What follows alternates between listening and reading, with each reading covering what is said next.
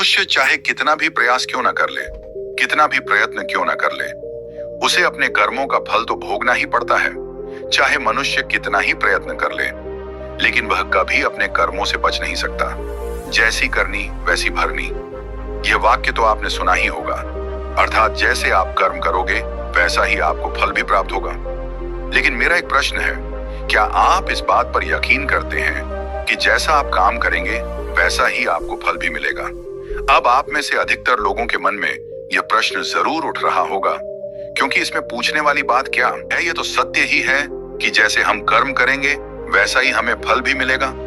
लेकिन एक बार के लिए आंखें बंद करके अपने प्रश्न कीजिए। आपको इस प्रश्न का उत्तर स्पष्ट से नहीं मिल पाएगा। कहीं ना कहीं आपके मन में एक संशय जरूर होगा कि क्या यह बात सच है या झूठ। दोस्तों, आज इस कहानी से हम समझेंगे कर्मों का खेल। आखिर अच्छे कर्मों का फल अच्छा और बुरे कर्मों का फल बुरा कैसे होता है। बहुत समय पहले की बात है, किसी गांव में एक बहुत ही ज्ञानी पंडित रहता था। एक दिन वह अपने बचपन के दोस्त से मिलने के लिए दूसरे गांव में जा रहा था। उसका वह दोस्त बचपन से ही गूंगा और एक पैर से अपाहिज था। उस पंडित के गांव से उसके दोस्त का घर काफी दूर था। वहां जाने के लिए बीच बीच में कई सारे छोटे छोटे गांव पड़ते थे। पंडित रास्ते में अपनी धुन में चला जा रहा था। चलते चलते उसकी मुलाकात एक व्यक्ति से होती है। रास्ते में उसे एक आदमी मिलता है जो ऐसा लगता था कि वो किसी का इंतजार कर रहा था, और वह भी पंडित के साथ चलने लगता है। उस आदमी को देखकर पंडित बहुत खुश हो जाता है। उसने सोचा, चलो अच्छा हुआ, साथ साथ चलने से उसका सफर आसानी से कट जाएगा। बात की शुरुआत करने के लिए उस पंडित ने उस व्यक्ति से उसका नाम पूछा तो अपना नाम धर्मराज बताया। पंडित को यह नाम कुछ अजीब सा लगता है, लेकिन उसने नाम के विषय में कुछ और पूछना उचित नहीं समझा। दोनों धीरे धीरे साथ में चल रहे थे। तभी रास्ते में एक गांव आता है। गांव का प्रवेश द्वार आते ही धर्मराज ने पंडित से कहा, तुम आगे चलो, मुझे इस गांव में एक काम है, मैं तुमसे आगे मिलता हूं। पंडित ने कहा, ठीक है। वह आगे रास्ते में चल देता है। कुछ देर बाद उस गांव में खबर फैली कि एक व्यक्ति को सांड ने अपनी सींग में फंसाकर मार दिया है। जैसे ही सांड ने उस व्यक्ति को मारा, ठीक कुछ ही देर में धर्मराज पंडित के पास आ गया और फिर दोनों चलना शुरू कर देते हैं और चलते चलते एक दूसरे गांव के द्वार पर पहुंच जाते हैं। उस गांव के बाहर एक बड़ा और विशाल मंदिर बना हुआ था। वहां पर आराम करने की सुविधा काफी बढ़िया लग रही थी। पंडित के दोस्त का घर अभी वहां से बहुत दूर था और रात भी होने वाली थी। तो पंडित ने धर्मराज से कहा, रात होने वाली है, पूरे दिन चलते चलते थक भी चुके हैं और भूख भी लग रही है, तो यहाँ पर भोजन करके यहीं पर हम विश्राम कर लेते हैं, फिर सुबह के समय आराम से आगे की यात्रा जारी करेंगे। धर्मराज ने कहा, ठीक है, मुझे इस गांव में किसी को कुछ जरूरी सामान देने जाना है।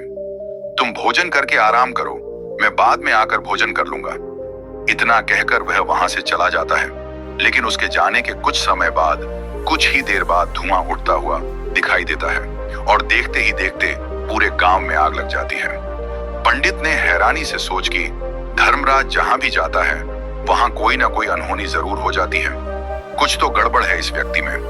लेकिन पंडित ने रात्रि में धर्मराज से कुछ भी पूछना उचित नहीं समझा और दोनों सो गए। सुबह होते ही दोनों फिर से अपनी यात्रा शुरू कर देते हैं। कुछ देर चलने के बाद रास्ते में फिर से एक गांव आता है। धर्मराज ने फिर पंडित से कहा, आप आगे चलिए, मुझे इस गांव में अपने मित्र से मिलने जाना है। मैं अपने दोस्त से मिलने के बाद आगे रास्ते में आपसे मिलूंगा। यह कहकर धर्मराज वहां से चला गया। लेकिन पंडित इस बार आगे नहीं गया। वहीं खड़ा होकर धर्मराज को देखता रहा कि वह कहां जा रहा है और क्या करता है। तभी थोड़ी देर बाद लोगों की आवाज सुनाई देने लगी कि एक व्यक्ति को सांप ने काट लिया है और उसकी मृत्यु हो गई है। ठीक उसी समय धर्मराज फिर पंडित के पास पहुंच गया। लेकिन इस बार पंडित से रहा नहीं गया और उसने धर्मराज से पूछ लिया कि तुम जिस भी गांव में जाते हो वहां कोई ना कोई अनहोनी जरूर हो जाती है, क्या तुम मुझे बता सकते हो यह ऐसा क्यों हो रहा है?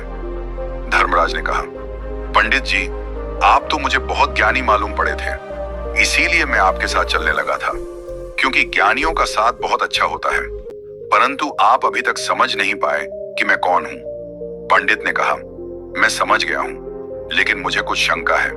अगर आप ही अपना परिचय दे दें तो मेरे लिए आसानी होगी।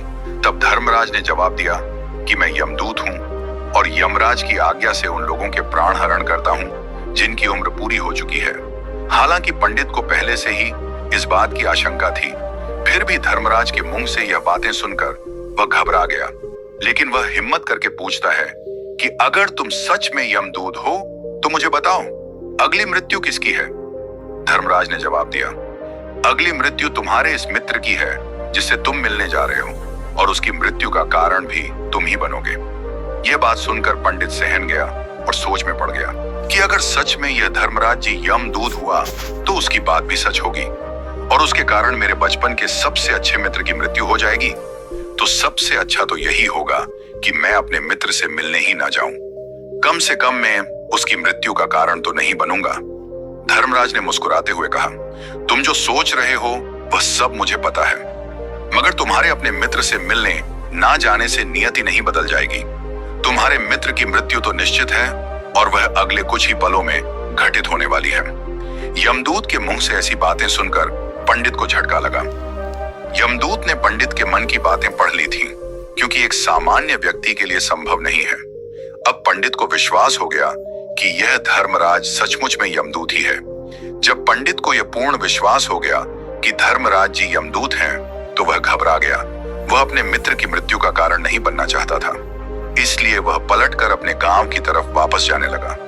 लेकिन जैसे ही पंडित वापस जाने के लिए मुड़ा, उसने देखा कि उसका मित्र तेजी से उसकी तरफ चल रहा है, जो कि पंडित को देखकर अत्यंत प्रसन्न दिखाई पड़ रहा था। अपने मित्र के आने की गति को देखकर पंडित को ऐसा लगा कि जैसे उसका मित्र काफी देर से उसका ही पीछा कर रहा है। लेकिन वह बचपन से ही गूंगा था और एक पैर से लंगड़ा भी था, इसीलिए ना तो वह पंडित को आवाज देकर रोक पाया था और ना ही उस तक पहुंच पा रहा था। लेकिन जैसे ही वह पंडित के पास पहुंचा, अचानक ही जमीन पर गिर पड़ा और तुरंत ही उसकी मृत्यु हो गई।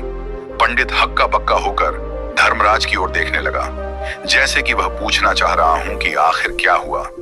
धर्मराज पंडित के मन में उठ रहे प्रश्नों को समझ गया और बोला, तुम्हारे मित्र ने पिछले गांव में ही तुम्हें देख लिया था और वह वहीं से ही तुम्हारा पीछा कर रहा था, लेकिन गूंगा और लंगड़ा होने की वजह से वह तुम तक नहीं पहुंच पाया। उसने अपनी पूरी ताकत लगाकर तुम तक पहुंचने का प्रयास किया, लेकिन बुढ़ापे में बचपन जैसी ताकत नहीं होती, इसलिए दिल का दौरा होने के कारण उसकी मृत्यु हो गई, क्योंकि वह तुमसे मिलने के लिए अपनी सीमाओं को तोड़कर तुम्हारे पीछे भाग रहा था। इसलिए अपने मित्र की मृत्यु का कारण भी तुम हो। पंडित को पूर्णतः यह विश्वास हो गया था कि धर्मराज एक यमदूत है और उसका कार्य जीवों के प्राण हरना है। लेकिन एक ज्ञानी व्यक्ति था, वह यह भी जानता था कि मृत्यु पर किसी का बस नहीं है, सबको एक ना एक दिन मरना ही है। यही सोचकर उसने अपने आप को संभाल लिया। लेकिन अचानक ही पंडित के मन में अपनी मृत्यु के बारे में जानने की इच्छा हुई, इसलिए उसने धर्मराज से पूछा कि जब मृत्यु मेरे दोस्त की होनी थी तो तुम शुरू से ही मेरे साथ क्यों चल रहे थे? ये प्रश्न सुनकर धर्मराज जोर से हंसा और बोला, मैं तो हर पल हर क्षण सभी के साथ चलता हूँ, किंतु लोग पहचान नहीं पाते, क्योंकि लोगों के पास अपनी समस्याओं के अलावा किसी और व्यक्ति, वस्तु या घटना के बारे में सोचने समझने या उसे देखने का समय ही नहीं होता। उसने कहा, तो क्या तुम यह बता सकते हो कि मेरी मृत्यु कब, कहां और कैसे होगी? धर्मराज ने कहा, हालांकि किसी भी सामान्य जीव के लिए अपनी मृत्यु के बारे में जानना ठीक नहीं है, क्योंकि कोई भी चीज हो, यह जानकर वह अपनी मृत्यु के बारे में जानकर बहुत दुखी हो जाता है। हालांकि तुम ज्ञानी व्यक्ति मालूम पड़ते हो और तुमने जिस तरीके से अपने मित्र की मृत्यु को सहन कर लिया है, उसे देखकर लगता है कि तुम अपनी मृत्यु के बारे में जानकर भी दुखी नहीं होंगे।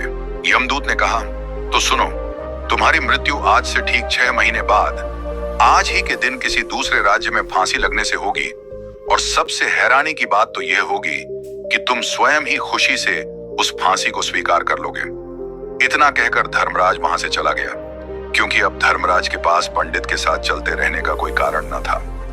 इसके बाद पंडित ने अपने मित्र के शरीर का अंतिम संस्कार किया और यथाशक्ति उसके क्रियाकर्म करके अपने गांव वापस आ गया।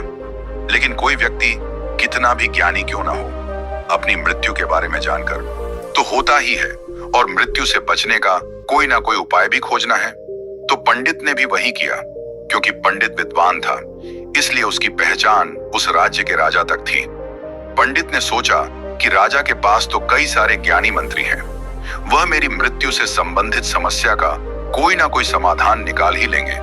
पंडित यही सब सोचता हुआ राज दरबार में पहुंच जाता है और राजा से सारी घटना के बारे में बताता है। राजा ने अपने मंत्रियों को सारी समस्या बताई और उनसे सलाह मांगी।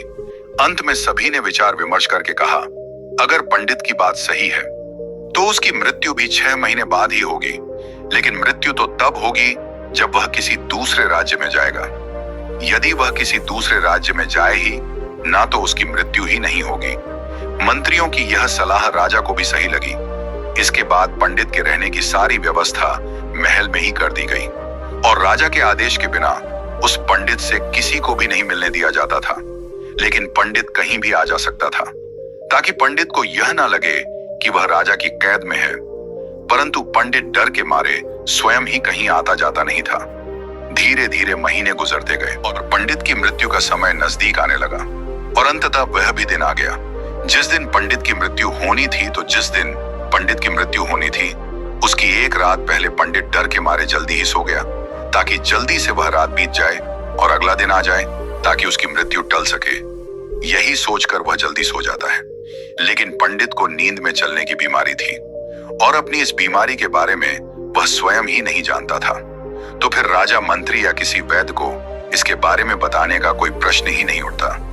पंडित अपनी मृत्यु को लेकर बहुत चिंतित था। वह पिछले कई दिनों से ठीक से सो भी नहीं पा रहा था और नींद में चलने की बीमारी भी तभी होती है जब व्यक्ति ठीक से सो नहीं पा रहा। तो उस रात भी पंडित को नींद में चलने का दौरा पड़ा। वह उठा और महल से निकलकर अस्तबल में गया। क्योंकि पंडित राजा का खास मेहमान था, इसलिए किसी भी पहरेदार ने उसे नहीं रोका और ना ही किसी तरह की कोई पूछताछ की। अस्तबल में पहुंचकर वह सबसे तेज चलने वाले घोड़े की पीठ पर सवार होकर नींद में ही अपने राज्य की सीमा से बाहर दूसरे पड़ोसी राज्य में चला गया।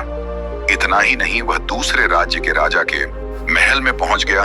उस महल के पहरेदार ने भी उसे नहीं रोका और ना ही कोई पूछताछ की। सभी लोग रात्रि का अंतिम प्रहार होने के कारण गहरी नींद में थे। वह पंडित सीधे राजा के सैन्य कक्ष में पहुंचा जहां राजा और रानी सो रहे थे। वह पंडित वहीं जाकर सो गया। सुबह हुई तो राजा ने पंडित को रानी के बगल में सोया हुआ देखा तो राजा बहुत क्रोधित हो गया। राजा ने पंडित को कैद करने का आदेश दे दिया, गिरफ्तार हो गया। लेकिन पंडित तो बहुत अच्छा था। उसे तो कुछ समझ नहीं आ रहा था कि आखिर वह दूसरे राज्य में और राजा के सैन्य कक्ष में कैसे पहुंचा। लेकिन वहां उसकी यह सब सुनने वाला कोई नहीं था। अगली सुबह राजा ने पंडित को दरबार में पेश करने का आदेश दिया। कुछ देर बाद उस पंडित को दरबार में लाया गया। पंडित को देखते ही राजा इतना बबूला हो गया कि उसे फांसी पर चढ़ा देने का हुक्म सुना दिया। फांसी की सजा सुनकर पंडित कांप उठा, लेकिन फिर भी थोड़ी सी हिम्मत जताकर राजा से बोला, महाराज, मैं नहीं जानता कि मैं राजमहल तक कैसे पहुंचा। मैं यह भी नहीं जानता हूं कि आपका सैया कक्ष तक में कैसे आया और आपके महल के किसी पहरेदार या सैनिक ने मुझे रोका क्यों नहीं। लेकिन मैं इतना जरूर जानता हूं कि आज मेरी मृत्यु होनी थी और वह होनी भी जा रही है। राजा को यह बात थोड़ी अजीब लगी। उसने पंडित से पूछा, तुम्हें कैसे पता कि आज तुम्हारी मृत्यु होनी है? राजा के इस प्रश्न के जवाब में पंडित ने पिछले 6 महीने का सारा ब्यौरा राजा को सुना दिया और बोला, महाराज, मेरा क्या, किसी भी सामान्य व्यक्ति में इतना साहस नहीं कि वह राजा के सैन्य कक्ष में राजा की उपस्थिति में रानी के साथ सो जाए। राजा को पंडित की बात में थोड़ा तर्क दिखाई पड़ा, परंतु उसने सोचा कि अब मृत्यु से बचने के लिए धर्मराज और उसके द्वारा अपनी मृत्यु की भविष्यवाणी की कहानी बना रहा है। इसलिए राजा ने पंडित से कहा, यदि तुम्हारी बात सत्य है और आज यह तुम्हारी मृत्यु का दिन है, जैसा कि यमदूत धर्मराज ने तुमसे कहा था, तो आज तुम्हारी मृत्यु का कारण मैं नहीं बनूंगा। लेकिन यदि तुम्हारी बात झूठी निकली तो निश्चित ही आज तुम्हारी मृत्यु का दिन होगा, क्योंकि जिस राज्य से पंडित आया था उसे राज्य का राजा इस राजा का मित्र था। इसीलिए इस राजा ने तुरंत अपने 2 सैनिकों को पड़ोसी राजा के पास भेजकर पंडित की बात की सत्यता का प्रमाण मांगा भेजे गए। सैनिक शाम तक लौटे और उन्होंने राजा को बताया कि महाराज, पंडित जो कुछ भी कह रहा है वह सब सत्य है।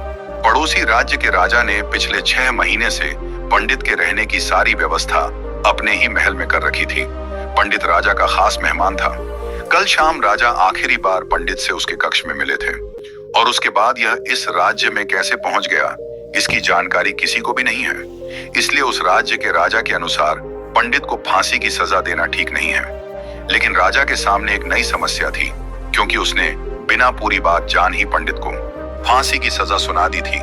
इसलिए अगर पंडित को फांसी नहीं दी जाती तो राजा के वचन का अपमान हो जाएगा। लेकिन अगर राजा की बात का मान रखा गया तो बेवजह ही एक निर्दोष व्यक्ति की मौत हो जाएगी।